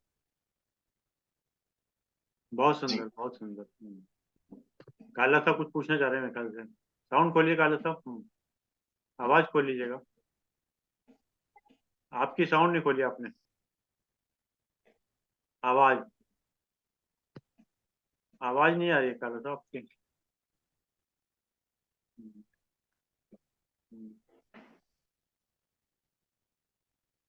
एक शुक्र साहब, एक सवाल मैं पूछना चाहता आपसे। जैसे व्यक्ति के अंदर एक आत्मा के रूप में बैठी होती है, तो आत्मा की जो पावर होती है, मतलब तो जो एक बच्चा होता है, एक बुजुर्ग होता है, तो दोनों में आत्मा तो सेम ही होती है ना? ऐसा तो नहीं कि उसकी आत्मा थोड़ी सी डेंसिटी कम होगी, से ज्यादा होगी? आत्मा, चाहे वो जो व्यक्ति हो, यानी और बच्चा हो, चाहे बुजुर्ग हो, चाहे महिला हो, सब में समान ही पोटेंशियलिटी है, बीज है। आत्मा एक बीज है जो सबके अंदर ईश्वरीय रूप में विद्वान है। जब वो अपने संस्कारों को लेकर, अपनी मान्यताओं को, अपने आकार को लेकर जैसा उसने चिंतन किया, उस आकार में फिर एक नई प्रकृति बनती है जिसको बोलते हैं जीवात्मा। तो आप यहाँ जब पढ़ेंगे तो जीवात्मा और आत्मा, दो शब्द। जब मैं अपने आप को पुरुष मानता हूँ और मैं एक मान लीजिए ब्राह्मण हूँ, मैं एक ऐसा कर्म करने वाला व्यक्ति हूँ, तो ये कहने वाला कौन है? ये जीवात्मा कह रही है। जब मेरा ये आभान हट जाए कि मैं, ये तो शरीर धारण किया है पुरुष के, मैं स्त्री भी हो सकता हूँ, मैं बालक भी हो सकता हूँ, मैं वृद्ध भी हो सकता हूँ, मैं कोई भी आकार में आ सकता हूँ, तो वो जो मानने वाली बात है वो आत्मा है। तो जब तक जो व्यक्ति अपनी मान्यता जिस तरह से कर रहा है वो जीवात्मा है। जब वो अपनी मान्यता को तलांजलि देकर, उसे हटाकर अपने आप को एक शुद्ध और पवित्र भाव से समझता है कि मैं कल्याणकारी हूँ और सब में मेरे अंदर ही है, मैं सब में हूँ, ये भाव जब आने लगता है तो वो आत्मा है, शुद्ध आत्मा, शुद्ध आत्मा। शुद्ध आत्मा। बहुत सुंदर। तो सब एक चैट पे क्वेश्चन आया है कि जप कैसे किया जाए, कितनी माला की जाए, मतलब? जप करने का तरीका अलग अलग नहीं है, एक ही तरीके से है कि आपको माला लेकर जप करना चाहिए। बिना माला के जप करना और माला के जप करने का बहुत बड़ा विज्ञान है। आप अभी उसको समझ नहीं पा रहे होंगे। लेकिन कुछ लोग मानसिक जप करते हैं, क्या कुछ लोग कहते हैं मंत्र लेखन कर लिया तो पर्याप्त है। मैं कहता हूँ मानसिक जप आप करते हैं और माला का जप, आप दोनों में बहुत गहरा अंतर है। इसीलिए तो हमारे देवी देवताओं के हाथ में माला सुशोभित है, माला कमंडलू ये सब दिखाया गया है। ये प्रतीक है कि माला का बहुत बड़ा गहरा महत्व है। माला से आपको जप करना है। और वो 108 दानों की माला होती है, उसमें सुमेरु एक और होता है 109। और ये 108 की माले में कभी आपको अरविंद जी इसका मौका मिला तो हम माला के बारे में बताएंगे। माला संस्कार भी होते हैं, हम लोग करते हैं माला, माला को शोधन होता है, माला में प्राण प्रतिष्ठा होती है, माला के एक एक अक्षरों में एक एक दाने में प्रतिष्ठित किया जाता है अक्षरों को। तो माला लेकर जप करें। और आप जप करने से पूर्व विनियोग पढ़ लें। विनियोग का मतलब है जो मैं जप कर रही हूँ या कर रहा हूँ उसका उद्देश्य क्या है, उसके ऋषि कौन, उसके छंद कौन, उसके देवता कौन, और उसका तत्व कौन है। ये 5 चीजें जब आप निश्चित करते हैं तो वो विनियोग कहलाता है। अगर आप मंत्र विज्ञान पढ़ें, किसी भी मंत्र को पढ़ें, किसी भी मंत्र विज्ञान का रहस्य समझे, तो उसमें स्पष्ट रूप से लिखा है कि मंत्र तभी फलित होता है जब मंत्र को विनियोग के साथ किया जाए। पहले विनियोग पढ़े फिर मंत्र। तो जब विनियोग जब पढ़ा जाता है तो आपके मानसिक धरातल पर क्लियरिटी आ जाती है कि ये मंत्र किस प्रकार से आपको ऊर्जा देगा, कैसे काम करेगा। ये मंत्र तो अपने आप में एक एनर्जी है जो काम करेगी, लेकिन किस दिशा में काम करना है वो विनियोग से निर्धारित। क्या नहीं, बहुत ठीक है। प्रश्न था। चलिए, और कोई किसी का प्रश्न पूछ सकते हैं, फिर नहीं तो बाद में नेक्स्ट साहब 2 शब्द धन्यवाद करेंगे।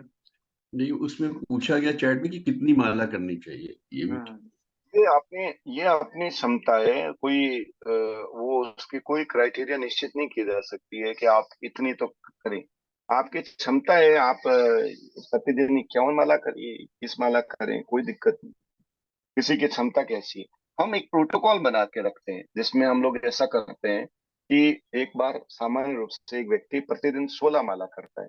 अगर वो 15 दिन तक 16 माला करता है, एक एकादशी से अगली एकादशी, तो उसके 15 दिनों में 16 माला प्रतिदिन करने से 24,000 का एक लघु अनुष्ठान पूरा हो जाता है। तो ऐसा आप कर सकते हैं कि आप 16 माला प्रतिदिन करें, 15 दिन में एक अनुष्ठान पूरा, फिर अगले 15 दिन में एक अनुष्ठान पूरा, फिर अगले 15 दिन में एक अनुष्ठान पूरा। तो ऐसे कर करके वर्ष भर में एक एकादशी, अगली एकादशी, वर्ष भर में 24 एकादशी आती है। तो आपके 24,000 के 24 अनुष्ठान हो जाते हैं। और उसमें हम गायत्री के प्रत्येक एक एक अक्षरों पे जप करवाते हैं, यानी एक एक अक्षर पे आपका ध्यान केंद्रित करते हैं, एक एक अक्षर पे गुण, एक एक गुण पे बात करते हैं। तो ऐसे गायत्री के जो कुल अक्षर है वो 24 है। तो 24 ही उसके अक्षर हैं, 24 ही उसके गुण हैं, 24 ही उसके ऋषि हैं। तो आपको 15-15 दिन एक एक ऋषि, एक एक कोर्स हो जाता है हर एक को ठीक करने का। तो एक पूरा जब चक्कर आता है, एक पूरा वर्ष भर आता है, एक पूरा एक घूमते हैं आप एक चक्कर में एक साल में। तो एक साल में 24-24 के 24,000 के 24 अनुष्ठान हो जाते हैं। ये एक आइडल हम लोग प्रैक्टिस करते हैं। अगर आप ये कर सकते तो और अच्छी बात है, आप ये नहीं कर सकते तो 8 माला से भी कर सकते हैं। इसमें आपको वो जो मैंने 24 बोला वो 12 हो जाएंगे वर्ष भर में। तो आप 8 माला कर सकते हैं, आप 16 माला कर सकते हैं। ऐसा आप किया जा सकता एक छोटा सा व्यवहारिक प्रश्न है।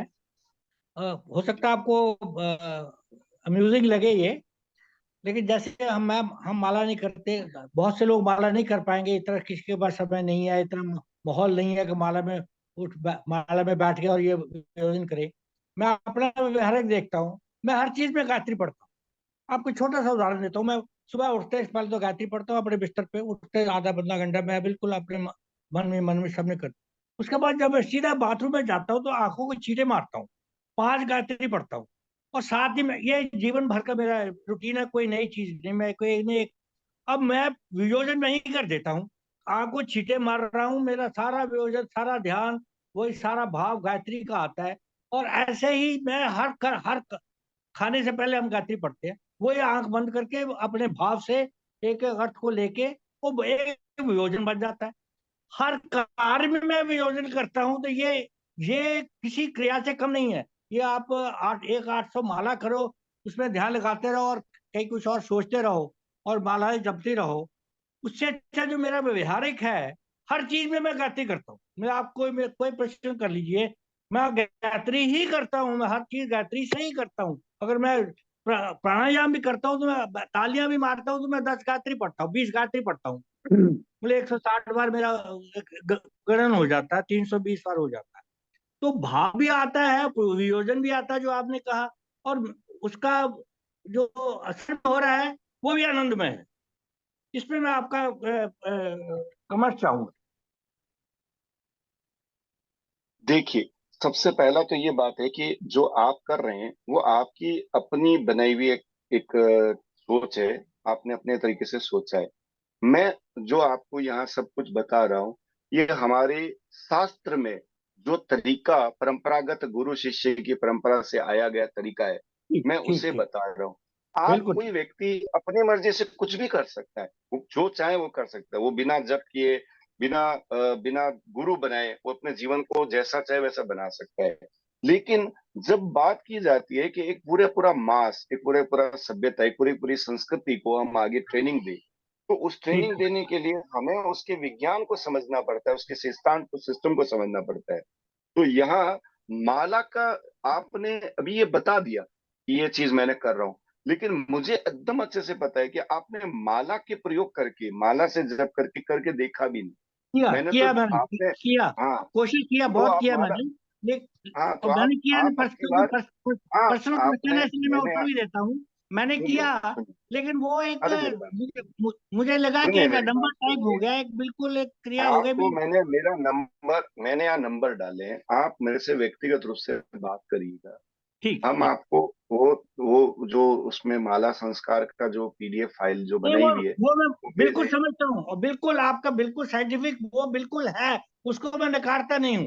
एब्सोल्युटली चलो 100% फिर उस पर फिर मेरा फिर इस बात को, यकीन भी फिर है, दूसरी विश्वास चीज से भी है। भी, फिर दूसरी चीज से भी हम समझते हैं कि जब कोई महिला घर में खाना बनाती है, तो उसके पास में एक बेलन, चकला और ये सब औजार होते हैं। वो इनके बिना भी अगर हम जंगल में हैं, तो रोटी बना सकते हैं, रोटी खा सकते हैं।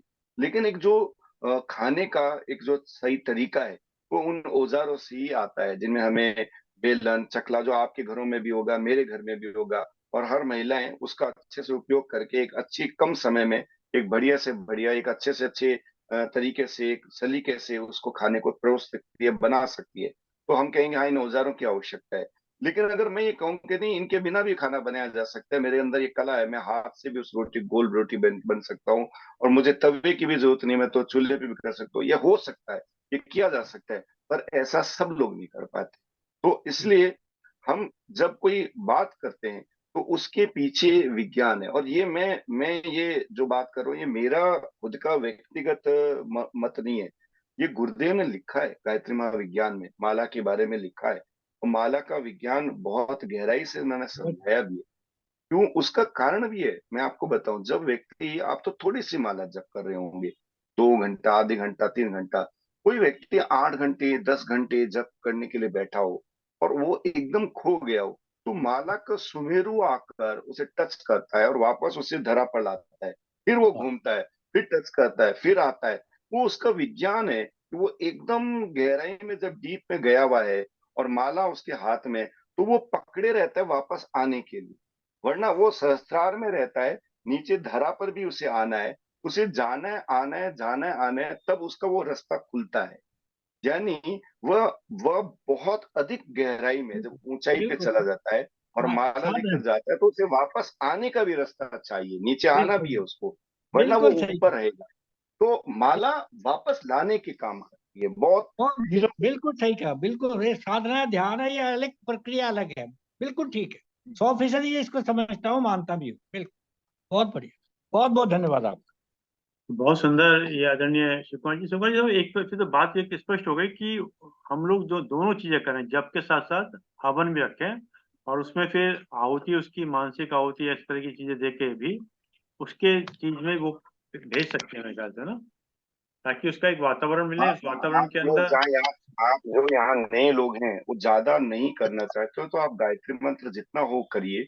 एक चीज की सिद्धि करिए, वो है सद्ज्ञान, आमने सामने एक सौ व्यवहार। आप ये प्रयोग करना देख लीजिए, आप वो कर रहे हैं कि नहीं कर रहे हैं। क्योंकि गायत्री मंत्र की 10 माला, 100 माला, 50 माला व्यक्ति करे और सद्ज्ञान का पालन ना करे, तो सब बेकार। और वो सद्ज्ञान के पालन कर रहा है और गायत्री मंत्र थोड़ा जप कर रहा है, थोड़ा हवन कर रहा है, सब उसमें सेट हो जाएगा। ये सद्ज्ञान जो मैं इतना बोल रहा हूँ, मैं मतलब गायत्री मंत्र जप करना बड़ी बात नहीं है, सुबह उठ के अनुष्ठान करना कोई बड़ी बात नहीं है। ऐसे ऐसे व्यक्ति हमने देखा जो एक दिन में 24,000 का अनुष्ठान, सुबह बैठते शाम तक 24,000 का अनुष्ठान पूरा कर लेते हैं। जी और हमने उनके साथ वो काम, वो प्रयोग भी करके देखा। लेकिन जब सद्ज्ञान की बात आती है ना, नानी याद आ जाती है। बहुत मुश्किल काम है ये भी। अभी आपने तब बोला है ना ये सरल नहीं है, और हमारी पूरी ताकत इसी में लगी है, सद्ज्ञान। हम दिन भर प्रयास ही करते हैं, गुरुदेव हमें सद्ज्ञान की सिद्धि दे, हमें अष्ट सिद्धि नव निधि ना दे, मुझे सद्ज्ञान की सिद्धि दे। आमने सामने एक सा व्यवहार, जिस दिन आपको ये समझ में आ गया, आपने इसको अपने जीवन में अपना लिया, आप एक मशीन गन की तरफ हो जाएंगे। जो भी आपके साथ आएगा ना, आपसे टकराएगा, वो आपका हो जाएगा, आपके साथ घूम जाएगा, आपके साथ मिल जाएगा। गुरुदेव ने इसकी सिद्धि की, गुरुदेव ने इसकी सिद्धि की, भगवान बुद्ध ने इसकी सिद्धि की। जो भी आया वो बदलता गया अपने आप। ये सिद्धि जब तक नहीं होगी, क्योंकि आप सद्ज्ञान में नहीं रहोगे, शून्य में नहीं रहेंगे, तो कोई भी आपको आके मोड़ देगा, घुमा देगा। स्थिर रहेंगे तभी आप अपनी प्रज्ञा को स्थिर कर पाए। तो आप सभी से निवेदन रहेगा कि आप जितना भी जप करें, चाहे थोड़ा हो कोई दिक्कत नहीं, जितनी सेवा हो कोई दिक्कत नहीं, सद्ज्ञान पर काम करिए। सद्ज्ञान और समय सिद्धि, सद्ज्ञान और समय सिद्धि, सद्ज्ञान और समय सिद्धि, ये ह और स है। सद्ज्ञान का बीज अक्षर ह कार है, और समय की स कार है। ह और स से हंस बनाए, गायत्री का हंस का जोड़ा तभी सार्थक होगा, कि गुरुदेव ने लिखा है। बहुत सुंदर। आदरणीय नायब साहब। ऋषि साहब बोल रहे, लेकिन अनम्यूट नहीं कर रहे हैं अपने आप को। ये एक और छोटा सा है कि ये जो अगर ये गायत्री का जप या भाव से अगर मनन किया जाए और ध्यान किया जाए, तो ये स्वतः ही ये सद्भाव सद्ज्ञान आ जाता है। ये स्वतः आता है, और ये प्रमाण है कि आप जो कर रहे हैं गायत्री का जप, गायत्री की साधना कर रहे हैं, ये आर्थिक हो रही है, सार्थक हो रही है। ये स्वतः आ जाता है, अपने आप ही आ जाता है, और ये प्रमाण हो जाता है कि आप जो कर रहे हैं, जो भक्ति कर रहे हैं, जो जप कर रहे हैं, जो साधना गायत्री की कर रहे हैं, ये ठीक चल रही है। आदरणीय नायब साहब। बहुत बहुत धन्यवाद ऋषि साहब, आपने बड़ी सुंदर बात कही। हमें तो इतना भी ज्ञान, थोड़ा सा अल्प बुद्धि हूँ, लेकिन मैं इतना जानता हूँ कि पूरा गायत्री मंत्र जिसको ना कंठस्थ हो, जो ना कर पाए, खाली ओम का ही जाप कर ले, तो उसके शरीर के काफी विकार दूर हो सकते हैं। ठीक। तो आज आदरणीय शिव कुमार शर्मा साहब आए हमारे इस प्रोग्राम में, पहली बार मैंने उनका बात सुना। बहुत सहज भाव से, बहुत सुंदर तरीके से उन्होंने हम लोग का ज्ञानवर्धन किया। उन्होंने प्रज्ञा दोष की बात की, और ये मानसिक विकार और उसका निवारण गायत्री मंत्र से एक विज्ञान की बात की। और ये सच बात है कि जब आप शांति कुंज हरिद्वार जाते हैं, तो वहां पे आपको स्वयं वहां पे पूरे उस तरीके से बताते हैं। वो मतलब मंत्र का उन्होंने विश्लेषण करके जगह जगह चित्र लगा रखे कि किस तरीके से क्या चीज कहाँ पे असर करती है, और किस तरीके से वो पूरा ये विज्ञान है। और आपकी एक बात मुझे शुरू से, जो आपने शुरू के 15 मिनट के अंदर कही, वो बिल्कुल सीधे जाके हृदय में लगी है, कि कहीं ना कहीं हमारी अपनी गिल्ट होती है, गिल्ट फीलिंग जो अंदर जाके बैठ जाती है, उसी से हमको मानसिक विकार होता है। अगर हम जो काम कर रहे हैं उसको सही मानते चले और सोचते चले कि हमने जो किया बिल्कुल सही किया, तो कभी गिल्ट नहीं होगी और कभी हमको मानसिक विकार नहीं होगा। कि जब भी हम रियलाइज करते हैं कि हमने गलत किया और वो कहीं हमारे अंदर गहरी बैठ जाती है, तो वो मानसिक विकार का कारण एक एक वन ऑफ दोज रीजन है। वो आपकी बात हमें बिल्कुल सीधे जाके लगी। एक पर्सनल रियलाइजेशन जो होता है ना, आत्मावलोकन आदमी करता है, आत्मनिरीक्षण करता है, तो वो चीज, और उसको अगर हम लोग उसका निवारण गायत्री मंत्र से हो सकता है। और तो दिन भर जपना चाहिए। जब हम सिर्फ वैज्ञानिक तरीके से जपना चाहें, तब हम माला लेके जपने जितनी कोशिश कर ले, 1 माला 2 माला 8 माला जैसे आपने बताया, 16 माला बताया, वो कर लें। और उसके अलावा जैसे ऋषि साहब कह रहे हैं, उस तरह की हम दिन भर ईश्वर का नाम लेते रहे, गायत्री मंत्र जपते रहे, ओम का जप करते रहे, सीधे ये पॉजिटिव एनर्जीज है। देखिए, जो गिल्ट है that is a negative energy. कहीं ना कहीं हमने जो गलत काम किया वो नेगेटिविटी थी, हमारे व्यक्तित्व की नकारात्मकता थी। उसको इन मंत्रों के सहारे, ओम के जप से, गायत्री मंत्र के जप से, माला के जप से, ईश्वर की साधना से, हम उस पॉजिटिविटी को अंदर करके सारे विकार दूर हो सकते हैं। मानसिक विकार क्या, मुझे तो इतना विश्वास है कि हम लोग इस मंत्र का जाप करते रहे तो शरीर के भी सारे विकार, और आपने तो पूरे मूलाधार चक्र, तमाम चक्रों की भी पूरी व्याख्या आज की है 1 घंटे के। और आपने खुद ऑफर किया कि मैं अगले एपिसोड में वो माला के विषय में, उसकी विज्ञान के बारे में बताएंगे, और आज का जो है उसको सत्र को और आगे बढ़ाएंगे। आपका बोलने का तरीका, बस एक आज की कमी रह गई कि हम आपको देख नहीं पाए, आपका वीडियो ऑफ था। अगली बार कोशिश करिएगा वीडियो के साथ आएंगे तो और ज्यादा प्रभावी रहेगा। आई टू आई कॉन्टेक्ट में बहुत अच्छा लगता है। सर, आपके आज के उद्बोधन के लिए आपका बहुत बहुत धन्यवाद। और आप इसी तरीके हमारे इस प्लेटफॉर्म पे आते रहें। आपका स्वागत है। धन्यवाद आदरणीय अंकित सर, धन्यवाद आदरणीय कृपाशर माधव, आपने समय निकाल के समय दिया, और धन्यवाद जूम के सभी लोगों का जिन्होंने भी अपना अपना समय दिया। और जैसे कि एक विचार के साथ तो 3 बार ओम के साथ अपनी बात को समाप्त करते हैं। आज का विचार थोड़ा छोटा भी है, थोड़ा लास्ट की लाइन थोड़ी गहरी भी है। जिंदगी जाने कितने मोड़ लेती है, जिंदगी जाने कितने मोड़ लेती है, हर मोड़ पे नए सवाल देती है। जिंदगी जाने कितने मोड़ देती है, हर मोड़ पे नए सवाल देती है। तलाशते रहते हैं जवाब जिंदगी भर, तलाशते रहते हैं जवाब जिंदगी भर, और जब जवाब मिल जाए तो जिंदगी सवाल ही बदल देती है। आपके साउंड बदल ऐसा नए नए सवाल खड़े कर देती है सर। है? नए नए सवाल खड़े कर देती है। जिंदगी है सर। रोज एक नया सवाल। पहला अभी सुलझा नहीं कि सुलझा, एक नया सवाल अगले दिन फिर हाजिर। यही जिंदगी है सर, है। यही जिंदगी है। जब ईसीजी कराते तो ऊपर नीचे आता तब ठीक चलता है, जिस दिन प्लेन हो गया मानी गई।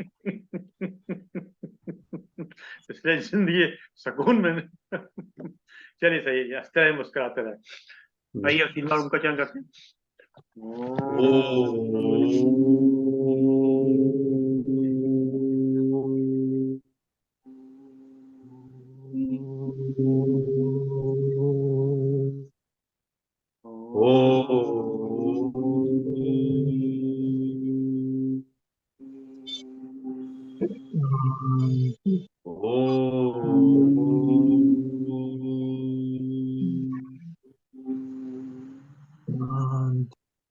शांति शांति शांति। सबको प्रणाम, सबका बहुत बहुत धन्यवाद।